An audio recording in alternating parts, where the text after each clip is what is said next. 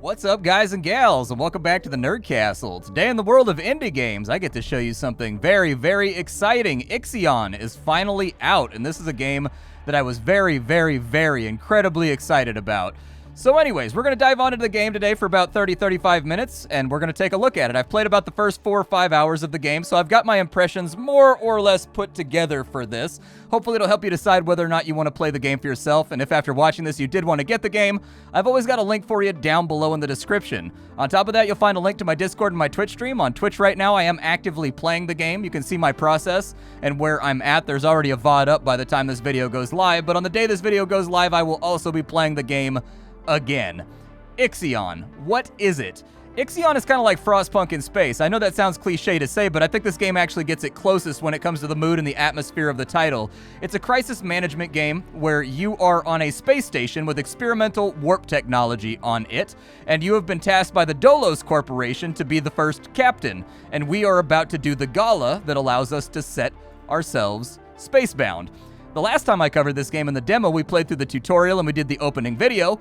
This time around, I thought it'd be a little bit more fun if we started with the opening video and then we saw what came after, so that you can see what's like an hour into the game instead of going from the beginning and not getting to see anything new, and basically retreading the territory that I have already tread. So, let's get on out here and let's fire this engine. Let's do this thing. Okay, the charge up is done. Let's send this bad Betty.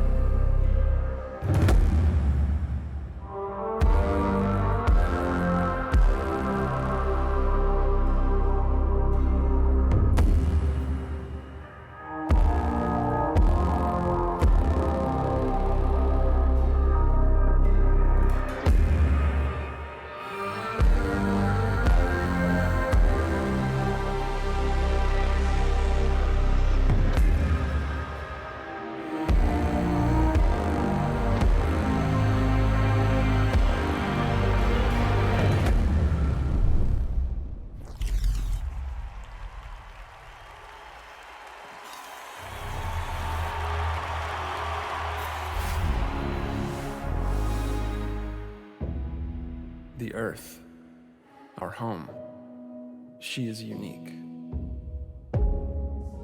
Held in its bosom are the ingredients of evolution. Beyond raw survival, beyond the safety of comfort, we, humanity, pursue something greater. We have learnt, persevered, shaped our knowledge from that which is found in the furthest realms of science. However, humanity has brought destruction to the earth, polluted its blood, choked its breath. Today we are paying the price for this. We know the taste of a dying world. But the earth is not to be our grave. A mother does not wish to see her children disappear with her. She wishes to see instead courage in her children, to carry on. Dolos carries this courage. We have gone further than any nation, moved faster than any corporation, hand in hand with those who, like us, carry that courage. The Tycoon Station is both an epilogue of these endeavors and a prologue to humanity's next steps. Our Council of Scientists leads the vanguard. They know, as do we all, that the survival of humanity now depends on what we glimpse out there in the dark. That we are masters of our own destiny. That we must go as a species bound together, pushing further into the unknown. We set sail on this new sea because there is hope to be found, horizons to explore, and because our very existence depends on it. I give you the stars. I give you the full engine.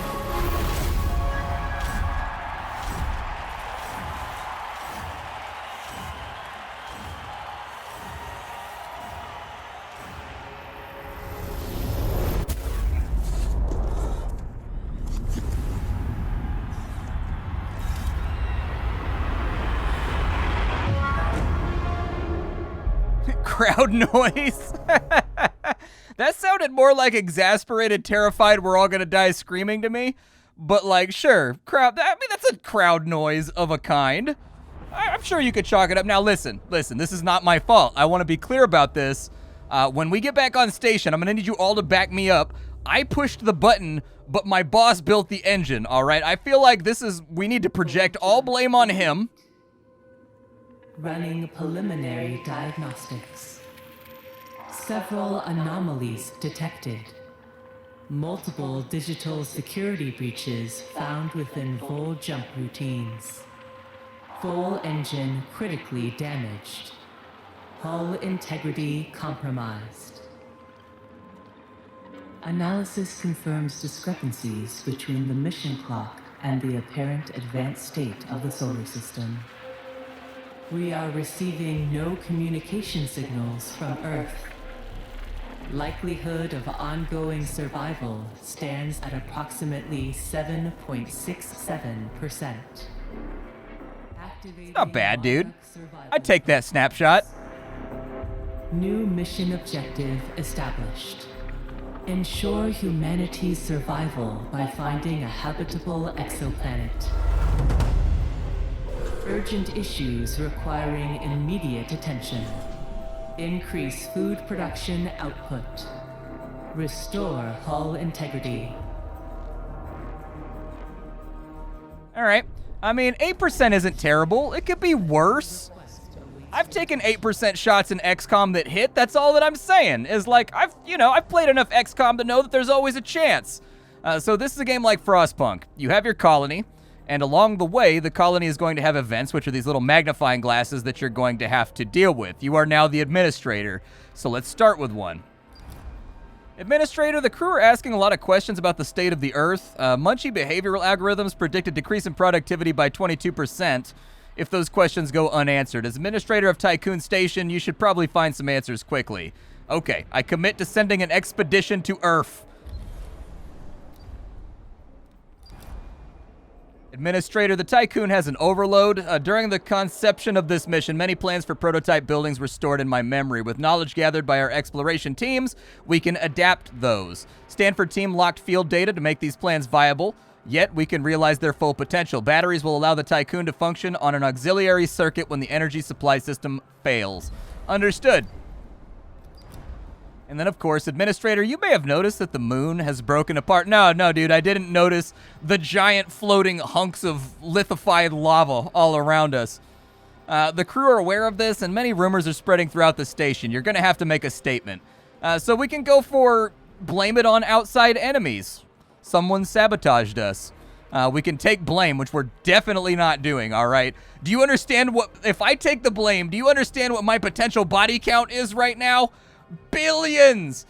If I take the blame for pushing the big red button and launching the engine that was designed by a different guy, I become the greatest mass murderer in human history. Okay, the greatest mass manslaughterer. Because it wasn't intentional. There was no intent. But frankly, there's no lawyers left alive, so I don't think anybody's going to argue the case. Or we can say it was just humanity's fate to die in space. It's what we were meant to do. No, gaslight and project. It's the only way I make it out of this thing without my neck being extended. The crew's trust in your leadership is falling. All right, so now that my gaslighting and my projecting is all out of the way and we've blamed it on the other, we got some things we need to do around here. They want me to get my food production up, and luckily I already kind of did that in the tutorial. I've got 4 food buildings. Each food building will provide enough food for 50 people. In an ideal world. Sometimes the reckoning is a little bit weird. So we'll keep an eye on it and we'll see if the food goes down.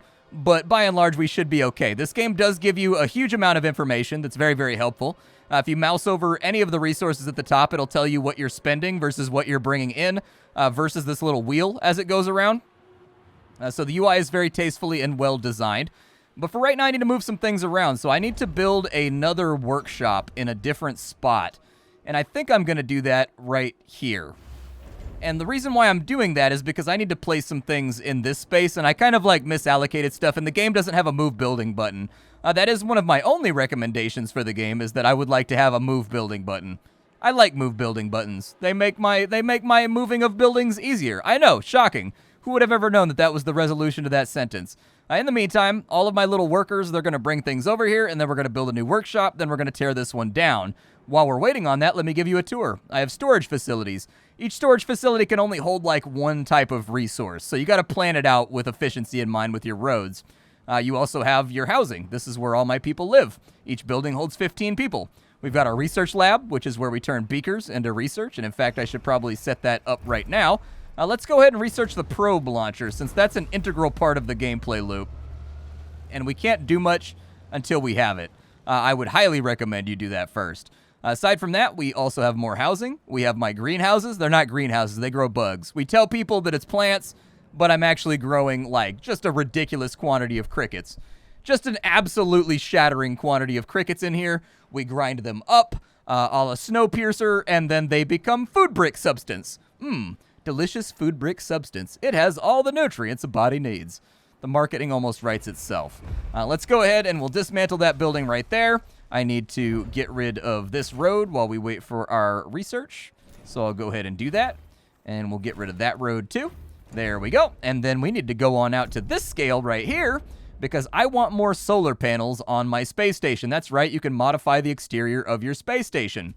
So let's add some more solar panels. I want to be future-proofed on energy. Basically, having double the energy I have right now feels about right to me. And so they're going to get to work adding more solar panels to the surface of the space station. If you wanted to see how that process works, basically they'll deliver all the materials here to the EVA station, and then little guys will get in these spacesuits, and they'll go out to the outside exterior of the station, and they'll install them. This right here is my docking bay. My docking bay has spaceships inside of it right now. You can't rename them, which is kind of a bummer, but they're fine. I mean, we've got the Darwin and the Aldana. The Aldana is a cargo ship. It goes and gets things. The science ship goes and finds things. Pretty simple process in all honesty.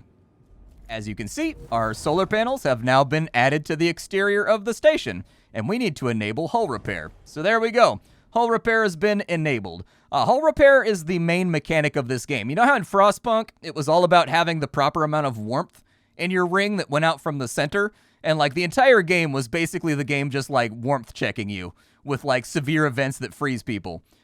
This game, it's hull integrity. Hull integrity is constantly going down from the misfire of the Vol engine. It never stops. And so you kind of want to keep repairs turned on so that they're actively fixing the hull as it damages itself. Now, right now, we're only fixing the hull at 50% efficiency. That's because the higher your health is, the slower your repairs go, because it's harder for them to find the areas that are damaged. And we're basically at full health right now. But if you see your efficiency moving around on your EVA airlock, don't panic. It's just because your health is too high. It's actually a good thing. Let's go back inside, and my research is done, so now we can build ourselves a probe launcher, which we can put right there. It's almost like I planned it.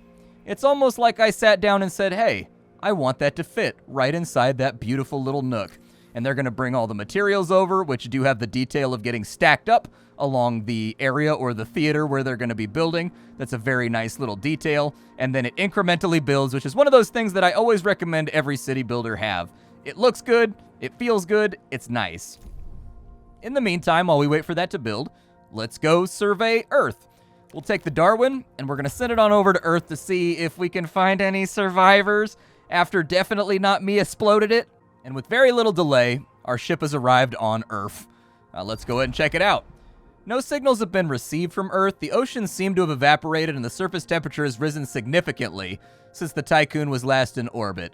Atmospheric readings indicate the presence of a strong dust storm and dangerously high levels of carbon dioxide, radiation, and microplastics. The blue planet will never again deserve its name. Okay, so we've got a number of places we can actually go to. Let's start out by looking for survivors. And so we'll have that be our first task. It seems like that's the best, most delicate way to keep the crew happy, is to do like do the philanthropic thing first, and then do all the personal crap on the side. Also, in the meantime, let's get back up in here. And our food appears to have evened out. It's actually perfectly fine where it's at. But you do have to pay attention to your workplace situation. It has two different states. It has optimal, it has extra shifts, and then it has one below that, I think. You want it to be on optimal, because if it's not on optimal, your hull integrity goes down faster because people aren't working at the EVA station quite as effectively. For right now, we have 126 workers required, and we have 200 people on board, so that's easy peasy. We can do that right now. I'm going to build myself another food generator so that we have a surplus of bugs, delicious, tasty insectoid bugs. And then from there, I don't know if our galactic survey is done yet. No, it's not. It's not quite finished off yet, but it will be soon. This is a good time for us to take a look at our probe launcher, which has been built. I'm going to put that on auto-build probes, and this is one of the main mechanics in the game you're going to use to find new resources. In Frostpunk, you sent out balloons or something like that, if I remember right, scouts.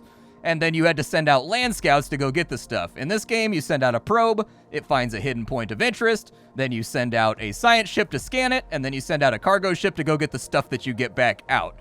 And all of it's automated. You don't have to micromanage like any of these things.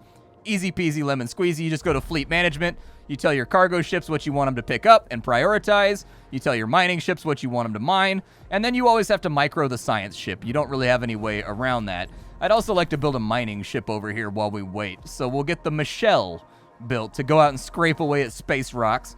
Because as of right now, we don't really have any methodology to replace any of the resources that we're using in order to build things. And that's bad. We don't want that to be a thing. That's a terrible, terrible thing.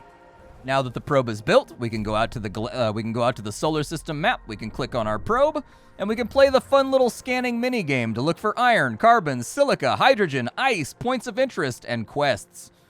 That's pretty much it. Let's go ahead and we will start out with, I don't know. We'll try to find an iron field, I guess. It does appear to be the case that we have an iron field fairly close to our orbit around the sun. So we'll go ahead and send the probe out. As you can see, our little probe, he's flying on over there, and he's going to let us know what asteroids he finds so that we can do some space mining. Our survey has just about concluded over on Earth. Has completed its scan. So let's take a look at the damage. After a long search, we found nothing but rubble. There are no signs of life, not even a corpse. The lunicalism, trademark, seems to have caused a series of events that precipitated the collapse of thermo-industrial civilization, as one does. I've always said to myself, if I could only precipitate the collapse of thermo-industrial civilization. The Earth has become a toxic and arid wasteland. Arguable, Earth was always toxic because there was humans on it.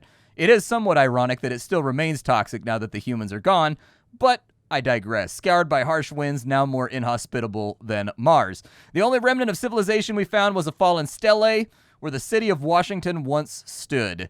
Stuck in a crevasse, it had been sheltered from the wind. A prayer imploring divine forgiveness was engraved in gold upon its surface. We found 97 steel, 150 polymers, and we found 45 research implements. Let's go ahead and investigate our house, because frankly, I personally want to know if my PlayStation still works. Like, I've had this itch to play Parasite Eve, and so if I can get my PlayStation back from my house, I'm going to count that as a victory, just for me personally. I'm going to say maybe this whole thing didn't work out so bad. As you can see, periodically our cargo ship is arriving, and he's dropping off all the resources that we just unlocked from that point of interest, and they're being taken to, like, their requisite storage yards. For right now, all of the storage buildings only hold one thing. I assume that later on we get bigger storage, and that'll get a little bit less micro-y, but for now, oh good, they found 42 science. Good. We found 45 more science, 120 more steel, and 9 conductors. Very good. There was just a big hole in the ground where my house used to be. Depression. PlayStation is no longer ours. Let's go to our boss's headquarters and see if it's still there. The converted oil rig which Dolos used as its state-of-the-art headquarters is gone. Only a few metal scraps remain, scattered across an expanse of dusty, cracked earth. There are no signs of survivors. Okay. Well, what our science ship is going to do now, he's going to siphon off all of the science. Listen to that soundtrack, though.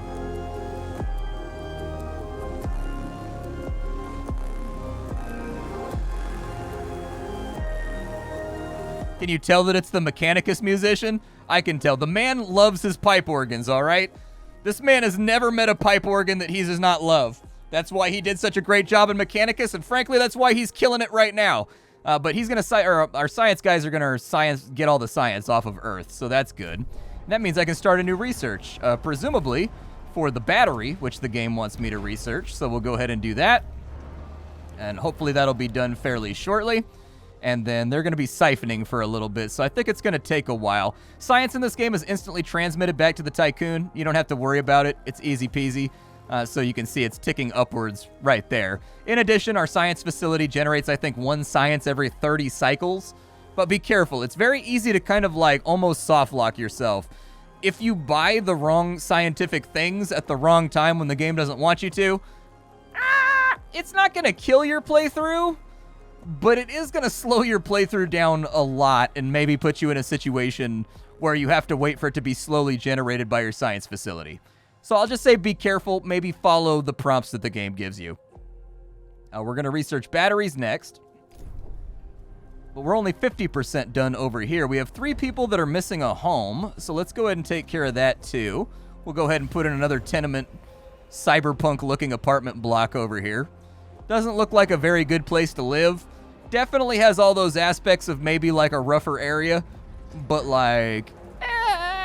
beggars can't be choosers, I suppose, in the given situation. Administrator, mission reports from the expedition to Earth are being discussed with the crew. The thought of having lost all their loved ones left behind has destroyed morale for many of them. The symptoms of this trauma are now being collated under a medical designation called Dead Earth Sickness. So that all out of the way, I think we're just waiting on things to happen right now. There's a little bit of waiting in this game sometimes. We do have another event down here. To safeguard humanity, we must find survivors and increase the station's population. We do not have time to go through the classic reproductive cycle of your species. Lame. Adding new members, that's one of my most... Man... Lame. Anyways, adding new members to the Tycoon's crew will have a positive impact on morale, unless you rescue that asshole Gary.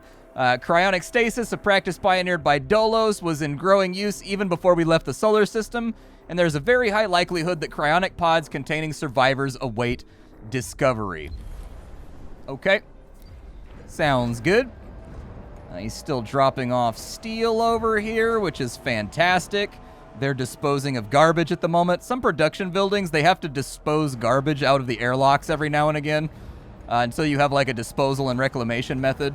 I haven't gotten there in my 4 or 5 hour playthrough yet, but, you know, every now and again your production buildings are going to go offline for like a half a day or whatever so that they can get rid of all their excess garbage. What other things do I have out here in space? My science ship needs to go over to Urshanabi, which is an old space station that was owned by our boss. So I guess we'll set them off on that task right now. I'm also going to need to build a home. And then another potential thing I think we might need here is a new storage facility. So I'm probably going to go for that. I'm going to put a storage facility right there. And I think I'm going to nestle in a storage facility like, oh, I don't know, maybe like right there, possibly. I'm trying to make the best use of my space that I possibly can. Managing space inside your station, I know there's a pun there, but like it's actually really, really important. So we'll put in roads that kind of lead everywhere. This place right here is going to be designated for our electronics. And actually, no, this one's going to be for iron. And this one's going to be for electronics. There we go. Because he's going to be dropping off advanced things as we get further on into the game, and I'd like them to be picked up about as soon as possible. Research on our battery is almost done. This game does have queuable research, so I'm going to queue up the steel mill, too, right after, so that gets done fairly shortly. And our science ship has made it on over to the Urshanabi. So let's go ahead and see what the Urshanabi has on it. Our sensors have detected the Urshanabi. The ship is broken in two, and it's not really transmitting any signals. The phrase, "Whoever helps Dolos is an enemy of humanity," has been daubed in large letters on the wreck of the Urshanabi. Mummified bodies have been attached to the hull. That's grim, dude. You just, like, floated some people out there and bolted them to the bulkheads? Rough. We got, like, a real Reaver situation going on right now.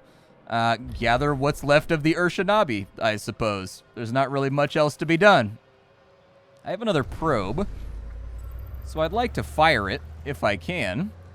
We do have something interesting right here, so let's go ahead and launch that, and we'll see what it is.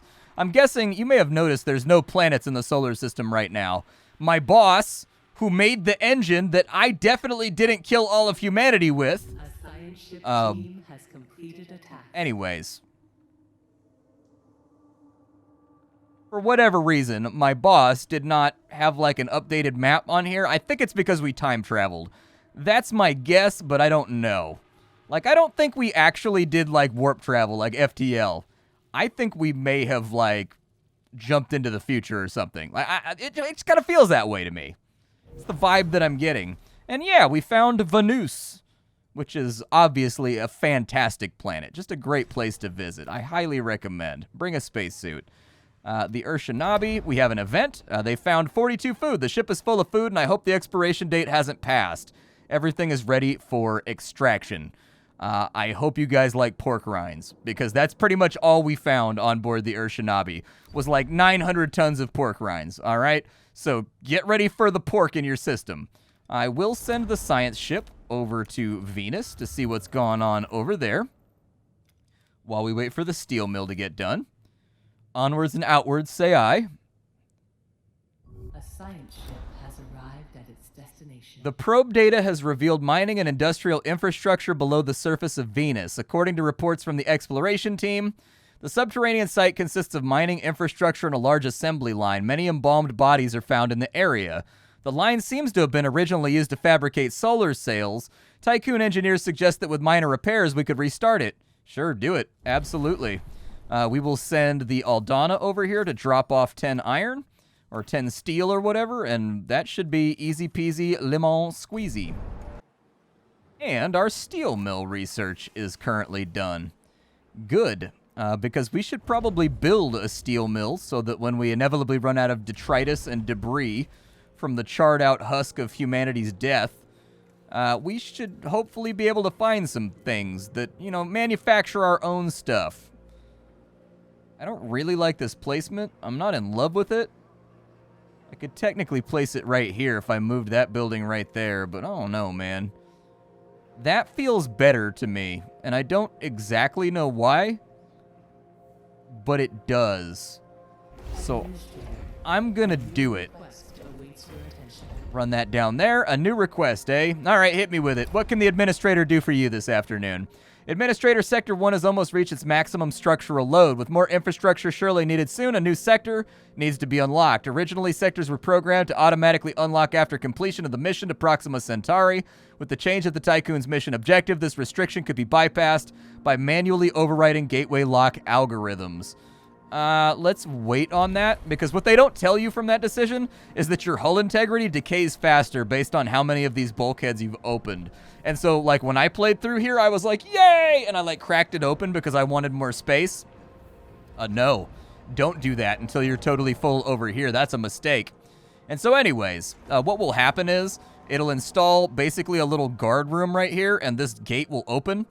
And things can't freely flow in between the two sectors. You actually have to set it up using your inventory management and your people management. And so you're going to be actually saying who lives where, who gets allocated where, what resources go where. Later on, you get like a train network that allows you to move things around, but for right now, we're not going to have that. And so it's just going to kind of be a headache.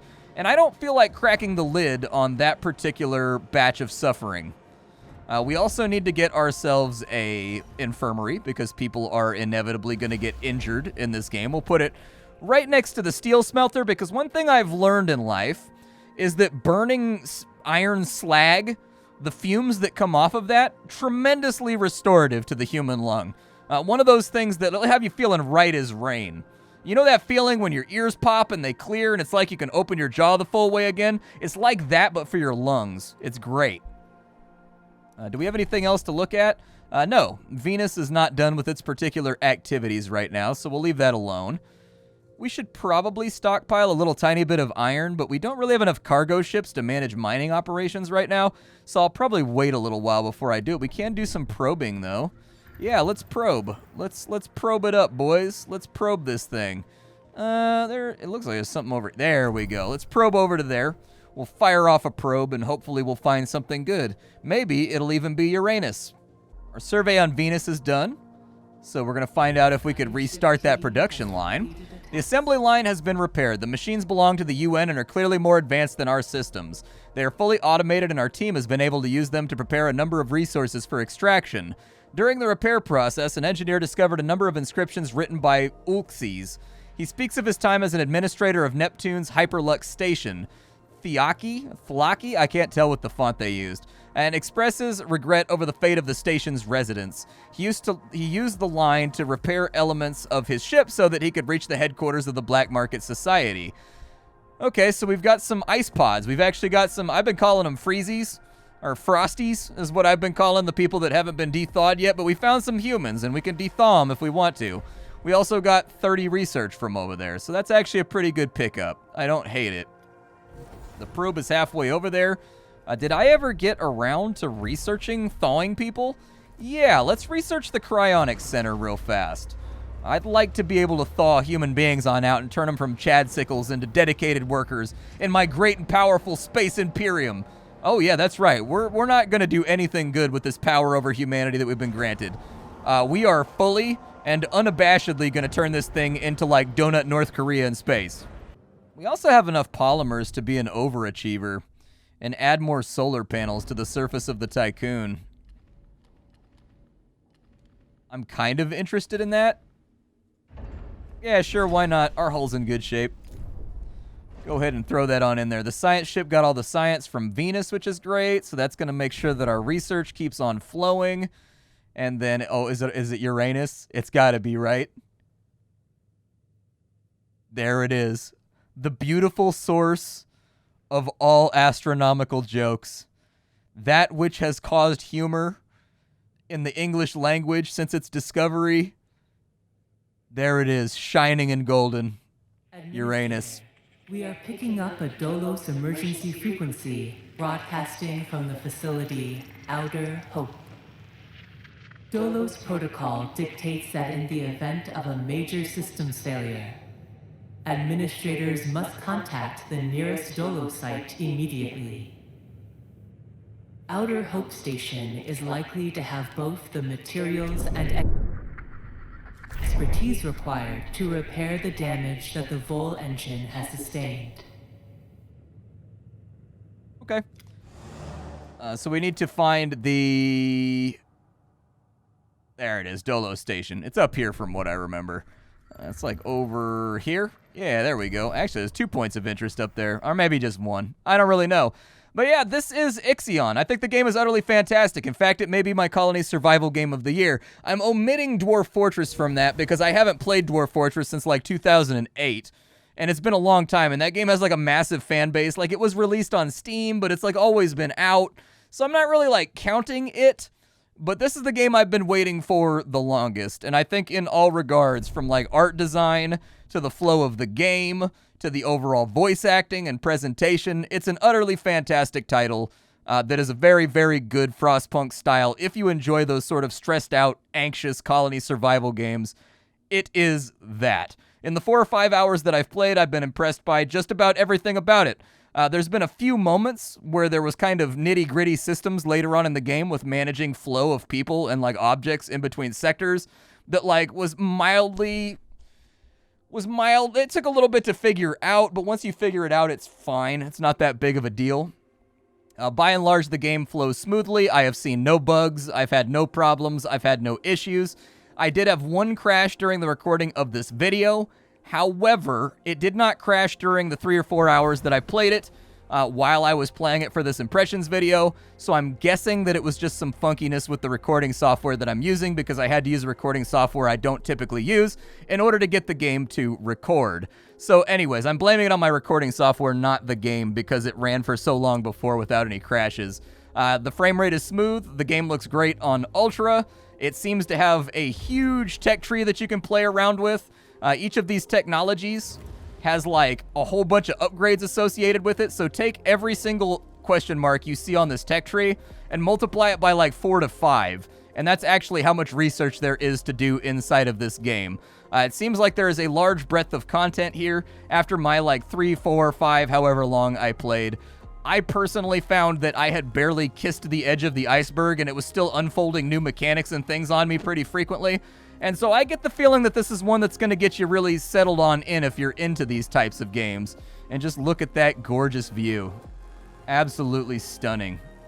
All in all, I think the developers have done a great job with it. I don't really have any complaints. I think everything from the UI to the storyline, everything is tastefully designed and easy to figure out and is designed in a very, very hands-on, tactile way. There's not too many things I have to complain about here. This is one of those times where at the end of the video I get to crack a smile and be like, it's a great game. I don't really have anything here to like bitch, moan, or otherwise say needs to be fixed. It's great. Ixion. My name is Splattercat. I sift through the pile to find what's worthwhile in the world of indie games every single day so you don't have to. We were playing Ixion, like I just said. A little bit of redundancy right there from the Department of Redundancy Department. And I hope you guys will come check it out on stream. I'm going to be playing it in long form. And other than that, I'll see y'all tomorrow with something hot and fresh off the indie skillet. Bye, folks, and thanks for your attention.